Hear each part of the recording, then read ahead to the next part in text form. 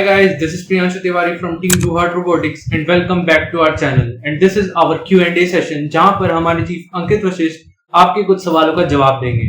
So बिना किसी देरी के let's begin. So our very first question is, how will automation and AI affect the job markets in the coming years? आने वाले time पर AI और ऑटोमेशन का जॉब सेक्टर पर क्या इफेक्ट पड़ने वाला है? Yeah, I've been asked this question a lot. See, if we look at definition of the word machine, और अगर हम वो थ्री इडियट्स की सीन को याद करें जहां पर प्रोफेसर रेंचो से पूछते हैं कि मशीन क्या है, What is a machine? तो रेंचो आंसर करते हैं कि machine is anything that reduces human effort, right? A machine is anything that reduces human effort, sir. तो आपका और जो मेरा एफर्ट कम करे वो मशीन है, जो हमारा टाइम बचाए वो मशीन है. खैर उस सीन में जो डेफिनेशन चतुर देता है, Sir, machines are any combination of bodies so connected that their relative motions are constrained, and by which means force and motion may be transmitted and modified as a screw in its nut, or a lever arranged to turn about a fulcrum, or a pulley about its pivot, etc. Especially a construction more or less complex, consisting of a combination of moving parts or simple mechanical elements as wheels, levers, cams, etc. That is technically 100% correct, पर रेंचो उसी definition को lemon की term में बोलता है, तो it looks much better. खैर, coming back to the point, तो machine is anything that reduces human effort. अब मान के चलिए एक काम है जिसे 10 लोग मिलकर करते हैं और किसी मशीन के यूज से वो काम 5 लोग करने लगेंगे, तो ऑब्वियसली बात है 5 लोगों की तो जॉब चली जाएगी, 5 लोगों की जॉब तो गई.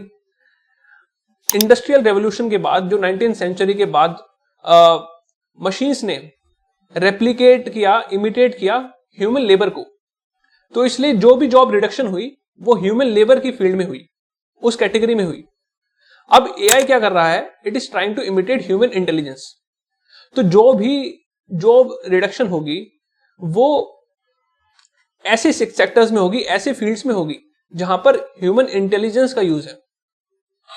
फॉर एग्जाम्पल, क्रिएटिव राइटिंग हो गया, सॉफ्टवेयर डेवलपमेंट हो गया, तो ऐसे फील्ड्स में अब जॉब रिड्यूस होगी ही होगी, गारंटी है. तो अभी वेरी नियर फ्यूचर में अगर हम देखें तो definitely there will be a job reduction. पर जिस तरीके से इंडस्ट्रियल रेवोल्यूशन के बाद ऐसा नहीं हुआ कि सभी जॉबलेस हो गए, नए सेक्टर डेवलप हुए, नई फील्ड्स डेवलप हुई, वहां पर जॉब निकली. इसी तरीके से अब एआई के बाद भी काफी सारे नए सेक्टर डेवलप होंगे, नई फील्ड्स डेवलप होंगी जहां पर जॉब डेफिनेटली जनरेट होगी. तो अभी नियर फ्यूचर में देखें तो जॉब रिडक्शन होगी, पर looking at the broader picture, job definitely नए सेक्टर्स में और डेवलप होंगी और आएंगी. Great. I guess that answer was indeed very informative. So moving on to the next one, we have, what are the key differences between machine learning and deep learning? यार, it's actually a very very easy question.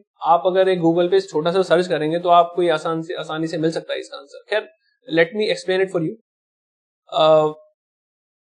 सबसे पहले आता है artificial intelligence. तो जैसे कि उसके नाम में ही है, किसी भी मशीन को इंटेलिजेंस देना वो आर्टिफिशियल इंटेलिजेंस होता है. सिंपल है. उसका सबसेट है मशीन लर्निंग, और मशीन लर्निंग का सबसेट है डीप लर्निंग. तो मशीन लर्निंग में काफी सारी क्लासिकल एल्गोरिथम्स भी आ जाती हैं, जैसे कि डिसीजन ट्रीज हैं, या फिर रैंडम डिसीजन फॉरेस्ट है, या फिर एसवीएम है. तो ये क्लासिकल एल्गोरिथम्स हैं जो कि मशीन लर्निंग में इंक्लूडेड हैं. अगर हम सिर्फ डीप लर्निंग की बात करें तो उसमें न्यूरल नेटवर्क्स जो अभी 2013 के बाद, एलेक्सनेट के बाद पॉपुलर हो गया, तो उसमें फिर उस तरह की एल्गोरिथम्स है. न्यूरल नेटवर्क बेसिकली एक एल्गोरिथम ही है. बेसिकली उसमें कोई नाम से उसका ऐसा लगता है कि कोई न्यूरल कुछ बायोलॉजी से लिंक्ड है, पर ऐसा कुछ नहीं है. That is also mathematical formulas, that is also build of mathematical formulas, छोटी छोटी एल्गोरिथम से बना हुआ है. और सो आर्टिफिशियल इंटेलिजेंस का सबसेट है मशीन लर्निंग, और मशीन लर्निंग का सबसेट है डीप लर्निंग. ग्रेट. मुझे तो वो आंसर काफी पसंद आया और उससे मेरे भी कुछ डाउट्स क्लियर हो गए. सो अगले क्वेश्चन की तरफ बढ़ते हुए, how can we implement data sets in training models, and please explain how deep learning works. See, there are lot of pre-built data sets available on internet, on websites like Kaggle, TensorFlow, PyTorch. तो I will recommend कि जब तक जरूरी ना हो आप कोशिश करें कि जो प्रीबिल्ड डाटा सेट है उन्हें यूज करके आप अपने मॉडल को ट्रेन करें। या फिर दूसरा अप्रोच है, आप ट्रांसफर लर्निंग यूज कर सकते हैं, जिस पर ऐसे मॉडल्स अवेलेबल है इंटरनेट पर जो ऑलरेडी अवेलेबल डाटा सेट है उन पर ट्रेन है। उन मॉडल्स को लेकर आप उन्हें फाइन ट्यून कर सकते हैं यूजिंग प्लेटफॉर्म्स या फिर लाइब्रेरीज लाइक टेंसरफ्लो, पाइटॉर्च, उनको यूज कर आप उन मॉडल्स को फाइन ट्यून कर सकते हैं अपने एप्लीकेशन के लिए। और फिर भी अगर आपको बनाना ही है custom data set, then you will need a lot of a big team, I mean lot of members जो आपकी मदद कर सके, क्योंकि डाटा सेट छोटे डाटा सेट से काम नहीं चलेगा। आपको बड़ा डाटा सेट बनाना होगा डीप लर्निंग के लिए। अगर आप मशीन लर्निंग यूज कर रहे हैं, क्लासिकल एल्गोरिथम्स यूज कर रहे हैं, तो आप छोटे डाटा सेट से भी काम चल जाएगा। एसवीएम या फिर डिसीजन ट्रीज जो की तरह की एल्गोरिथम्स हैं वो छोटे डाटा सेट पर भी अच्छा काम कर देती हैं। पर डीप लर्निंग के लिए you will need a lot bigger data set, काफी सारे सैंपल्स चाहिए होंगे आपको। तो सबसे पहले ट्राई कीजिए एक ऐसा डाटा सेट ढूंढने का जो कि अवेलेबल हो इंटरनेट पर, कैगल, टेंसरफ्लो, पाइटॉर्च या फिर गिटहब रिपोज पे मिल सकता है आपको। उनसे का काम ना चले तो कोशिश कीजिए अपनी एप्लीकेशन के रिलेटेड मॉडल्स निकालने की, प्रीट्रेन्ड मॉडल्स निकालने की, उन पर अपनी एप्लीकेशन के हिसाब से फाइन ट्यून कीजिए। अगर फिर भी उससे भी बात ना बने तो आप एक टीम बनाइए लोगों को, या फिर लोगों को ओपन सोर्स उनकी हेल्प लीजिए और डाटा सेट अपना फिर बना सकते हैं आप। And what about deep learning? Deep learning actually काम कैसे करता है? आपसे मैं एक क्वेश्चन पूछता हूं प्रियांशु। मान के चलिए आपको दो नंबर्स को ऐड करना है, उसके लिए आपको कोड लिखना है, तो आप किस तरह के कोड लिखोगे आप उसे? मैं सबसे पहले एक तो कोड लिखूंगा कि जिसमें मेरे पास दो नंबर्स होंगे, उनको मैं एक वेरिएबल में स्टोर करूंगा, और फिर एक नया वेरिएबल बनाऊंगा जिनमें उन दोनों वेरिएबल का सम स्टोर होगा। राइट, ऐसे ही तो करेंगे। तो आपका आंसर बिल्कुल सही है। आप सबसे पहले एक वेरिएबल डिफाइन करेंगे, सी a = 2, फॉर एग्जांपल a = 2, फिर एक और वेरिएबल इनिशिएट करेंगे b = 2, और फिर एक नया वेरिएबल डिफाइन करेंगे c = with the formula a + b, और फिर वो आपको आउटपुट जनरेट करेगा।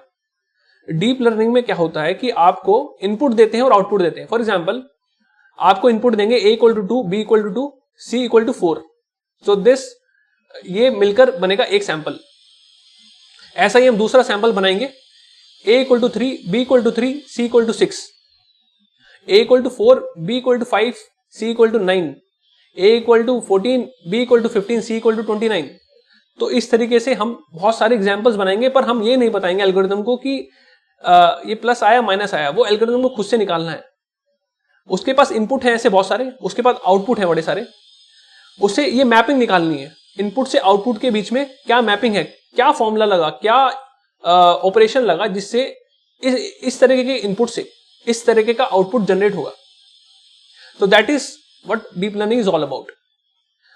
It is just a mapping from input to output. Great. It is indeed very useful, right? So that is it for today, guys. अगर आपको video पसंद आया तो please like and subscribe our channel, और अगर आपके भी कुछ इसी तरह के डाउट्स होंगे तो please let us know in the comments, and we will see you in the next one.